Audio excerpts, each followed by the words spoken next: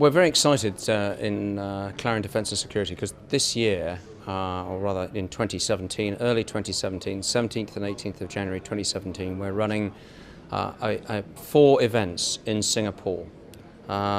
These 4 events are being run together in order to achieve, to some extent, economies of scale, but also for our audience, because a number of people will share interests across the areas that we're running the events. One is in undersea defence technology, another is on military simulation and training in the Asian context.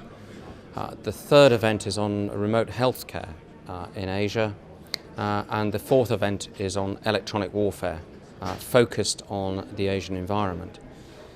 But if I return to remote healthcare Asia and its synergies with the other programs, its closest synergy is with military simulation and training, and that'll be one of the focuses of our remote healthcare offering in Singapore. We'll be looking at a whole range of issues that are arising in that region. We should remember, of course, that not only is there a sharp economic focus on Asia, but Asia is both populous. The body of global population is actually shifting into the Asian context, or rather into the Asian continent. We have to recall that Asia is not only seeing some political instability, but also in terms of the geophysical nature of Asia. It's one of the most unstable areas globally, with major tectonic plates that are on the Asia-Pacific tectonic fault lines, causing earthquakes of staggering proportions and tsunami, which are visited with huge effect and devastating effect.